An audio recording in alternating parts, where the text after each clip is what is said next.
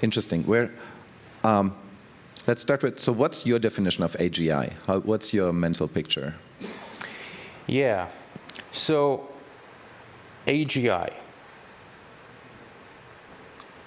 So at OpenAI, we have a document which we call the OpenAI Charter, which outlines the goal of OpenAI. And there we offer a definition of AGI. And we say that an AGI is a computer system which can automate the great majority of intellectual labor. That's one useful definition. Mm-hmm. In some sense, an AGI would be, the intuition there is that it's a computer that's as smart as a person. So you might, for example, have a coworker mm-hmm. that's a computer. So that would be a definition of AGI, which I think is intuitively satisfying. The term is a bit ambiguous because AGI, the G means general. So it's a generality that we want, that we care about in the AGI. But it's actually a bit more than generality. We care about generality and competence. It needs to be general in the sense that it can respond sensibly when you throw things at it. But it needs to be competent, so that when it does something, you ask it a question or ask it to do something, it will do it. Yeah, I like the sort of very practical definition at the end of the day, because it gives you some measurement where you can figure out how close are you. Do you think we have all the ingredients to get to AGI? If not, what's missing kind of in the stack? It's a complicated stack already. Are transformers really all we need? Kind of paying homage to the famous attention paper? Yeah. You know, I won't be overly specific in my answer to this question, but I will say that I think that, I'll comment on the second part of the question, is transformers all we need? And I think that the question is a bit wrong, because it implies something binary. It implies transformers are either good enough or not good enough. Mm-hmm. But I think it's better to think about it in terms of tags, where we have transformers and they're pretty good. Mm-hmm. Maybe we could have something better that would be maybe more efficient, or maybe will be faster.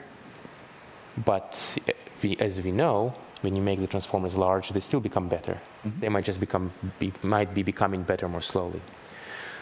So while I am totally sure that it will be possible to improve very significantly on the current architectures that we have, even if we didn't, we would be able to go extremely far.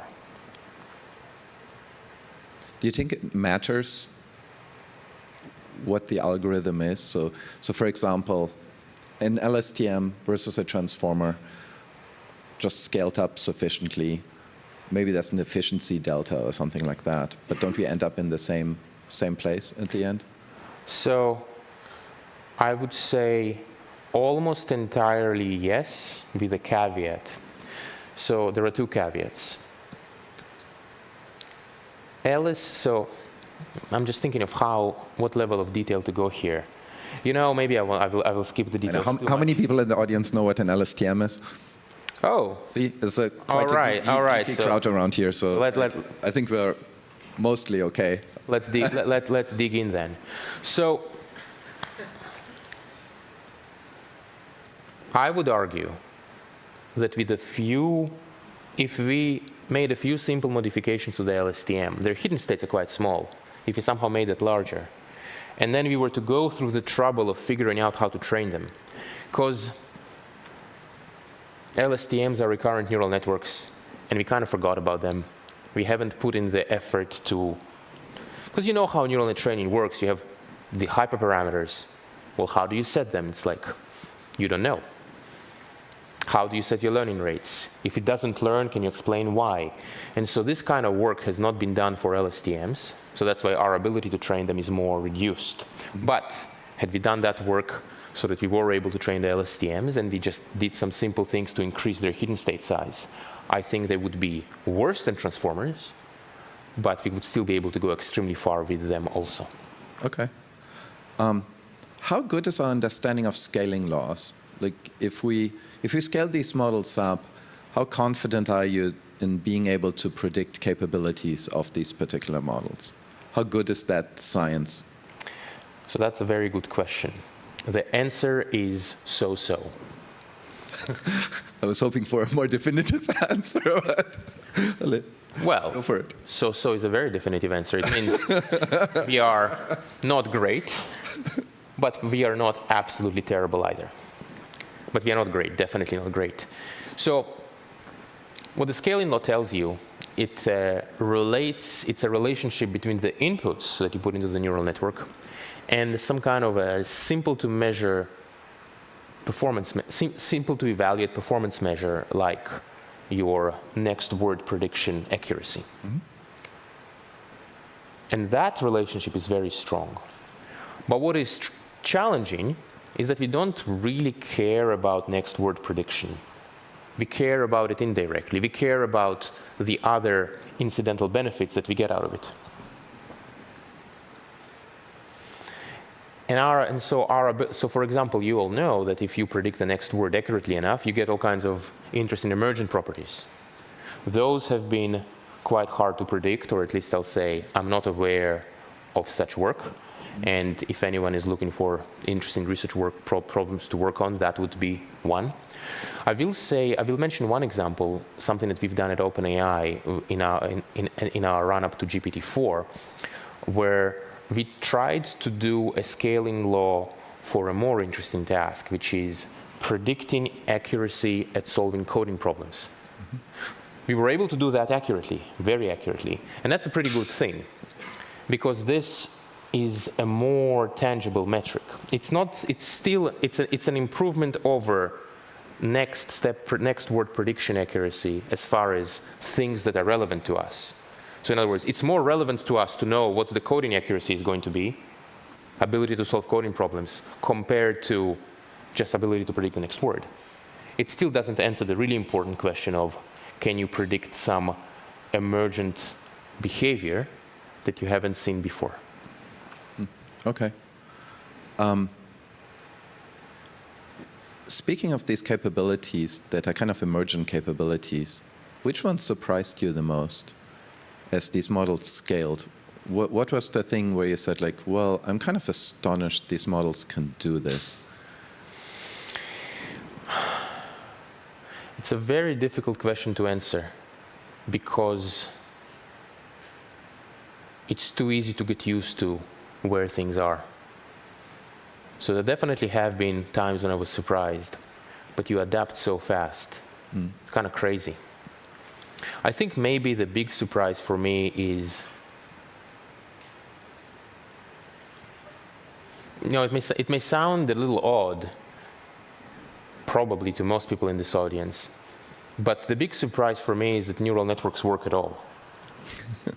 Because when I was starting my work in this area, they didn't work. Or it was like, let's define what it means to work at all. It means they could work a little bit, but not really, not in any serious way, not in a way that anyone except for the most intense enthusiasts would care about.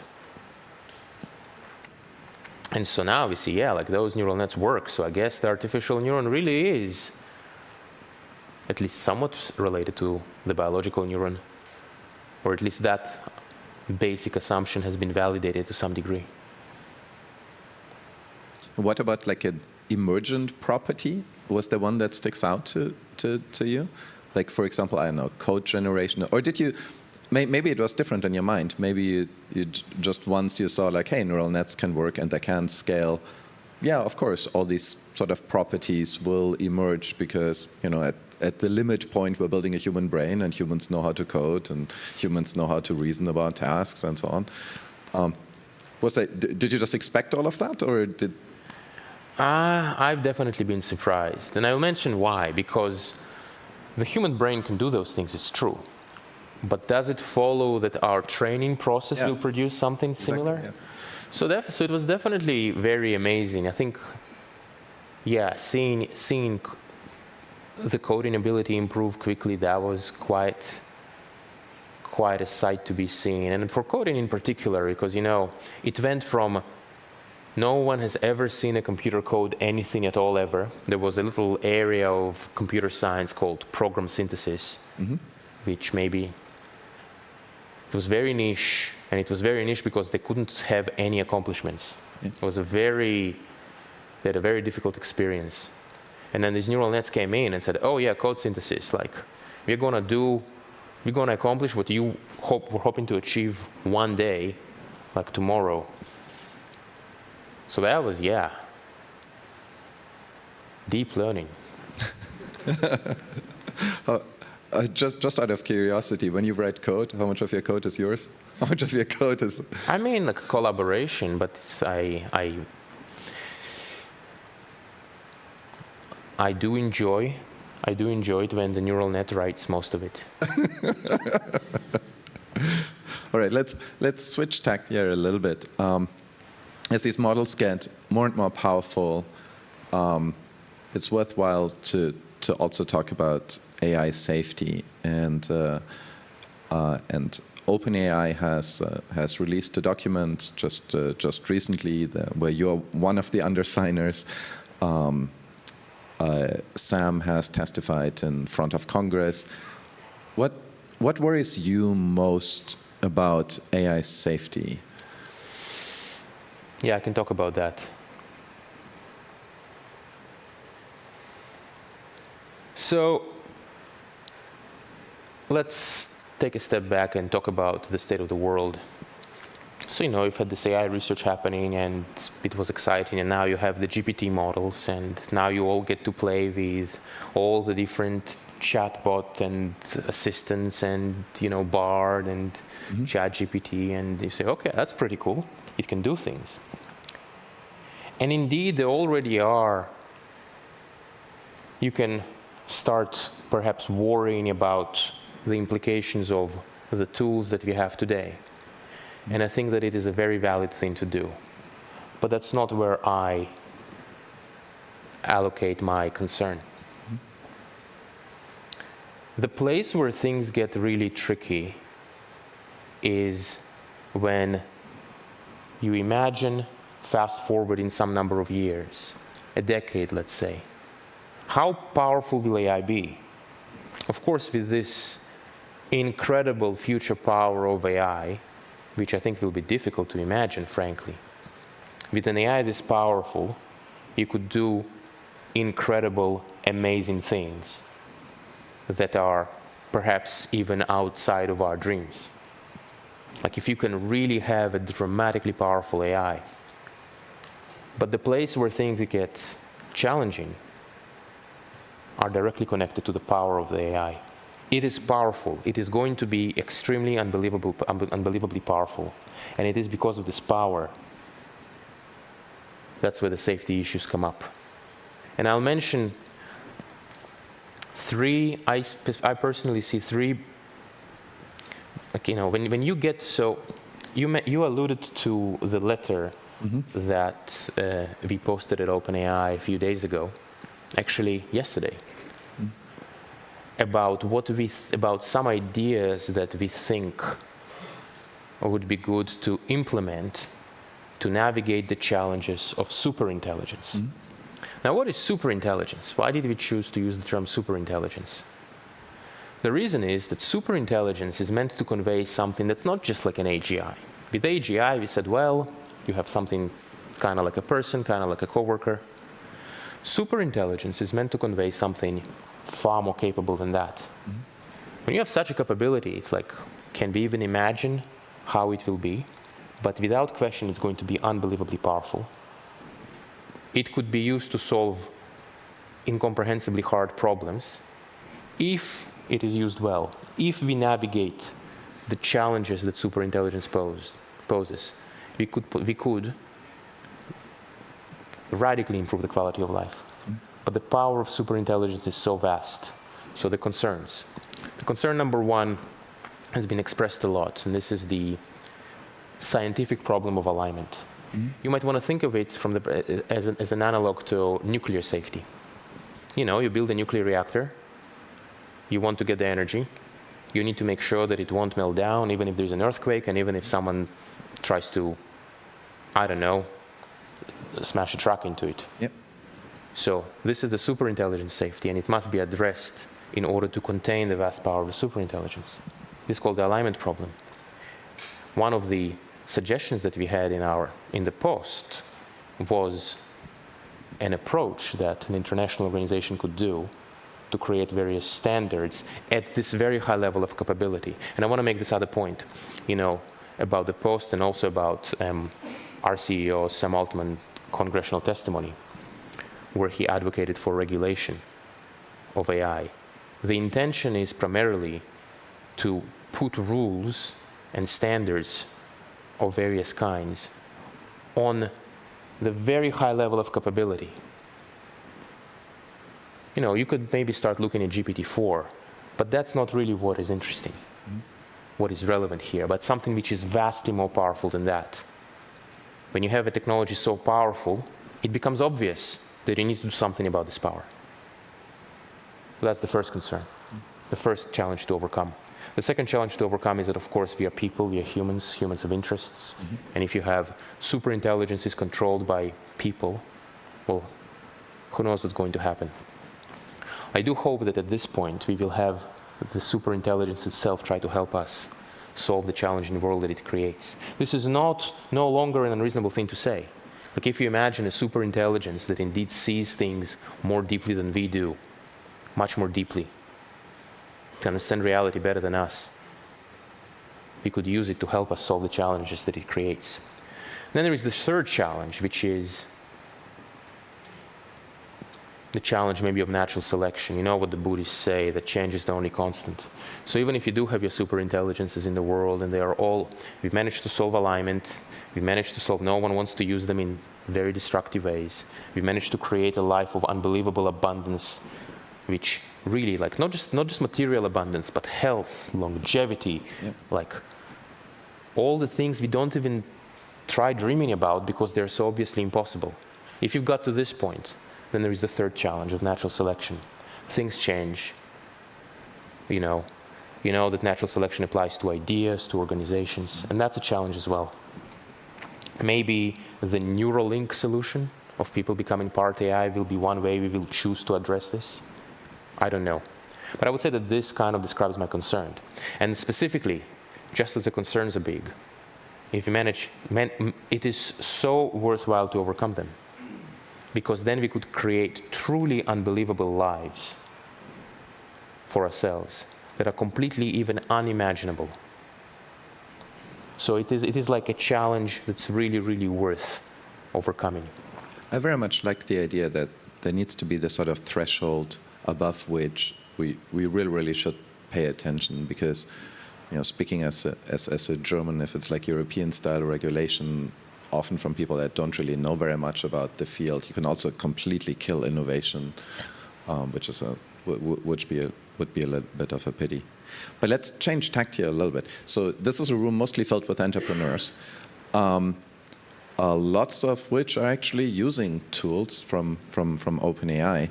So just practically speaking, what are the main things or the main pieces of advice you would give folks that are building on top of large language models?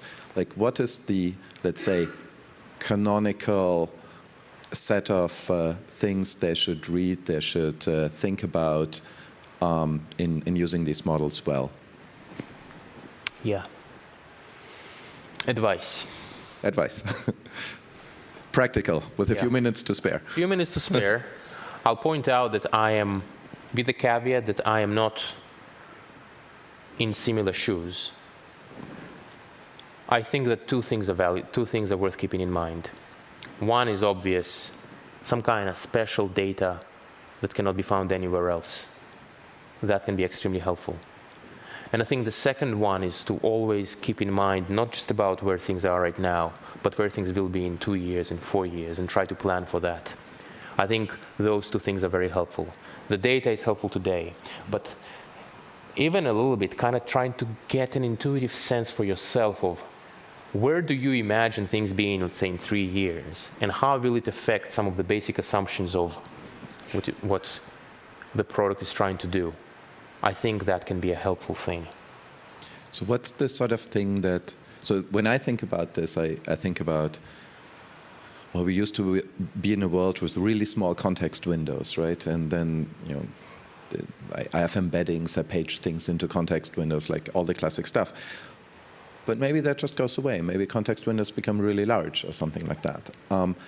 So I'm trying to extrapolate from these sort of past things. Is that what you mean? Something like this, I think it's worth trying. I'll give you another example. Yeah. Like say you're playing with a model, and you can see that the model can do something really cool and really maybe amazing if it was reliable.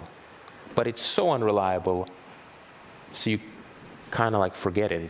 There's no point using it. Yeah. So that's the kind of thing which can change. Something which is, like if you can, for example, something which is unreliable can become reliable enough. And so if you're just kind of experiencing those models, you're paying attention to what people are sharing, and you say, oh, like look at this cool thing which works once in a while, but if it worked, what would happen? So these kind of thought experiments, I would argue, can help prepare for the kind of near to medium term future. That's super good advice. I think we are unfortunately at time. We could do this forever. Please join me in thanking Ilya